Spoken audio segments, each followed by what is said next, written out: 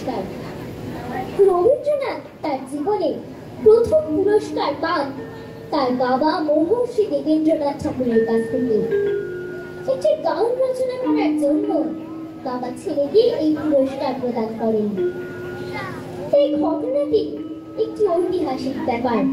কে জানে এই পুরস্কারের প্রেরণা লাভ করে রবীন্দ্রনাথ পরবর্তীকালে নোবেল পুরস্কার পেয়েছিলেন কিনা? উক্ত ঘটনাটিকে কেন্দ্র করে অখিল অর্থাৎ স্বপনমূলক একটি নাটিকা রচনা করেন। নাটক প্রথম পুরস্কার।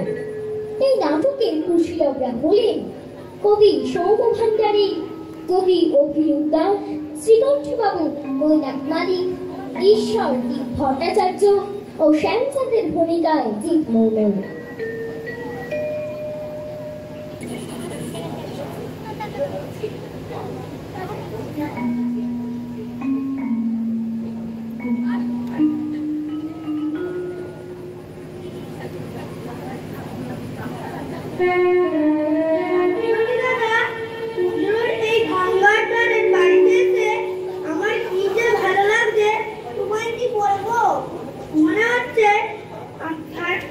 এই পৃথিবীটা যেন আমার সঙ্গে মিতালি পাতায় গঙ্গার উপর দিয়ে তখন পালতোলা নৌকা বয়ে চলে যায়।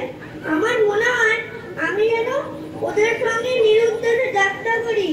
আর এই যে সকালবেলা নাম সব পাখিরা